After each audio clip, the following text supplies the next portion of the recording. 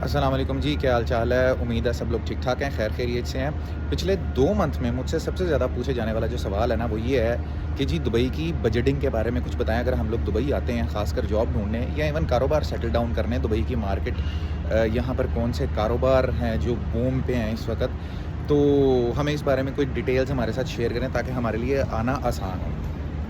वैसे तो मैंने अपनी पिछली वीडियो में जो डिप्रेशन वाली वीडियो थी उसके अंदर अगर आप उस वीडियो को देखेंगे तो उसमें मैंने थोड़ा-सा ब्रीफ़ किया हुआ, थोड़ा-सा बताया हुआ उस बारे में।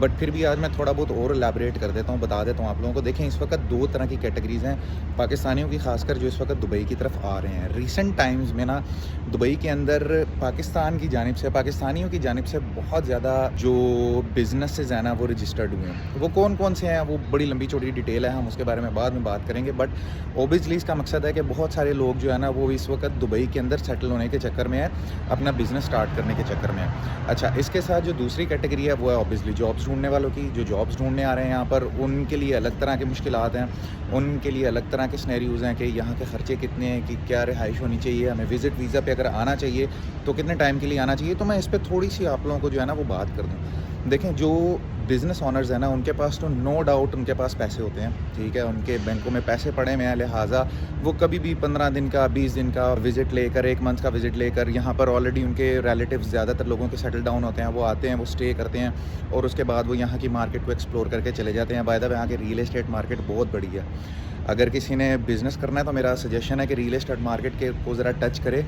और अगर आईटी सेक्टर में आ रहे हैं तो आप ज़रा जो परफॉर्मेंस मार्केटिंग है, अगर आप आईटी के बंदे हैं, फ्रीलांसर हैं, कोई भी हैं, तो उन लोगों के लिए सजेशन है कि ज़रा जो है ना वो परफॉर्मेंस मार्केटिंग को टच करें। इस वक्त ये चीज़ें बूम पे चल रही हैं, नेक्स्ट लेवल बूम पे चल रही हैं। खैर, हम बात करेंगे विज़िट वीज़ा वालों के लिए। उनके लिए मैं सजेशंस देना चाहूँगा कि अगर वो दुबई आना चाह रहे हैं ना जॉब ढूंढने, और काफ़ी सारे लोग इस चीज़ की शिकायत करते हैं कि यार जॉब हमें नहीं मिलती, हम आते हैं तो हमें बड़ी तकलीफ़, डिप्रेशन, इन सारी मुसीबतों से गुजरना पड़ता है। तो मैं उन लोगों को ना थोड़ा सा आसान तरीके से एलैबोरेट कर दूँ। देखें, एक तो ये चीज़ है कि दुबई में जो विज़िट वीज़ा का टेन्योर होता है ना वो 30 डेज़ का होता है, 60 डेज़ का होता है और 90 डेज़ का होता है, ठीक है।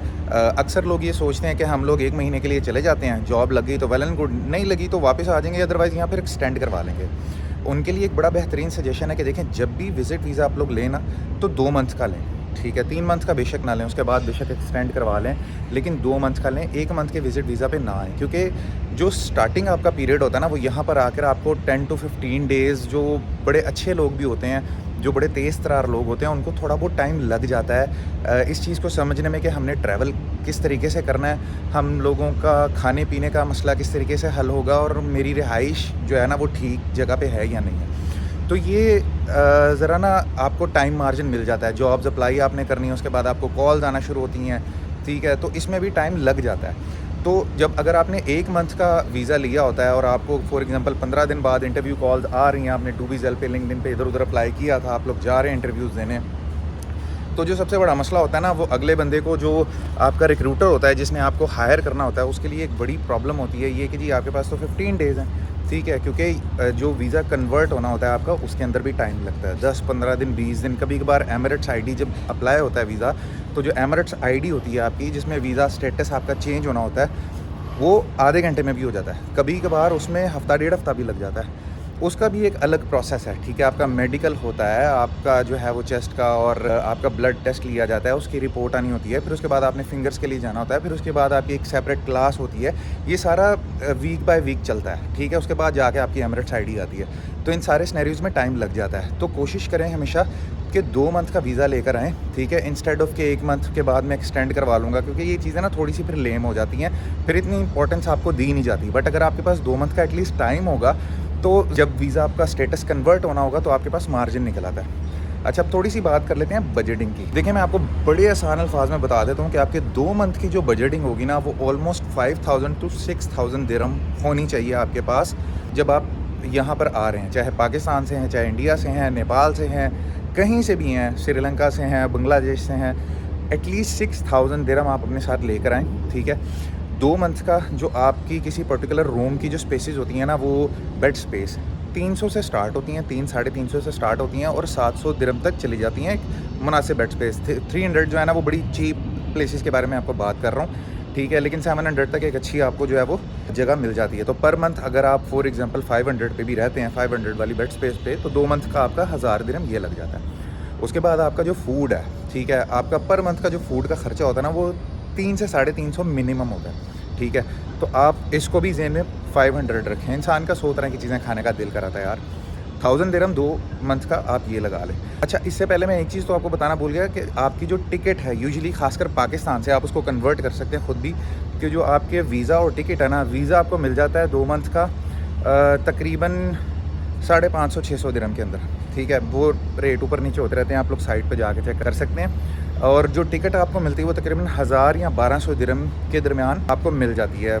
It depend on the time frame कि आपने कब आना है। जितनी करीब की टिकट खरीदेंगे आपको पता है उतनी महंगी मिलेगी, थोड़ा ज़रा महीना पहले बुक करवा लेंगे तो आपको ज़रा सस्ती टिकट मिल जाएगी।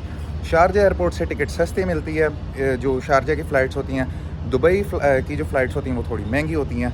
तो इस चीज़ को भी आपने ज़रा एडमायर करना है। जब आप इमिग्रेशन से क्रॉस करने लगते हैं ना, तो मेक श्योर करें कि आपके पास यहाँ पर आपके किसी दोस्त की, किसी रिलेटिव की, किसी भी रिश्तेदार की आपकी जो है ना एमिरेट्स आईडी आपके पास फ़ोन में मौजूद हो। समटाइम्स ये होता है कि इमिग्रेशन से आपको ना वो क्रॉस नहीं करने देते, क्योंकि वो उनको अंदाज़ा हो जाता है कि ये जॉब ढूंढने जा रहा है, ठीक है। तो उसके बाद फिर वो जो है ना आपके लिए प्रॉब्लम होती है। लेकिन अगर किसी रिलेटिव की, किसी की आपके पास एमिरेट्स आईडी मौजूद होगी, आप उनको दिखाएंगे कि जी देखिए मेरा भाई, मेरी बहन या मेरे वालिद साहब या मेरा कोई रिलेटिव वहाँ पर मौजूद है, मेरा कोई दोस्त वहाँ पर मौजूद है, तो आपके लिए ज़रा क्रॉस करना आसान हो जाता है। ये बड़ा इंपॉर्टेंट पॉइंट है। अच्छा, एक जो सबसे इंपॉर्टेंट पॉइंट है, जब आप यहाँ पर आते हैं दुबई एयरपोर्ट के ऊपर, तो दुबई एयरपोर्ट पे आपको यूजुअली सिम दी जाती है, ठीक है। वो सिम आपने एक्टिव नहीं करनी है। आपने एयरपोर्ट से बाहर आना है, बाहर आने के बाद आपने ख़ुद से न्यू सिम बाय करनी है, ठीक है। वो सिम आपने एक्टिव करनी है, क्योंकि एयरपोर्ट वाली सिम जो होती है वो सिर्फ 1 मंथ के लिए एक्टिव होती है। उसके बाद वो डीएक्टिवेट हो जाती है और वो दोबारा एक्टिव भी नहीं होती, क्योंकि जिस वक्त आपका स्टेटस चेंज होता है ना, और आप सिम चाहते हैं कि मैं अपनी सिम को जो है वो एक्सटेंड करवा लूँ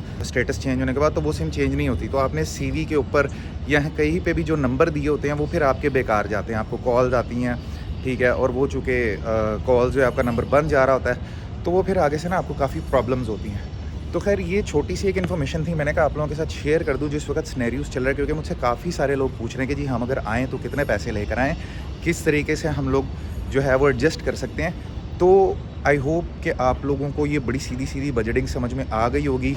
बाकी इंशाल्लाह मिलते हैं नेक्स्ट वीडियो में। अल्लाह हाफ़िज़, अपना ख्याल रखिएगा।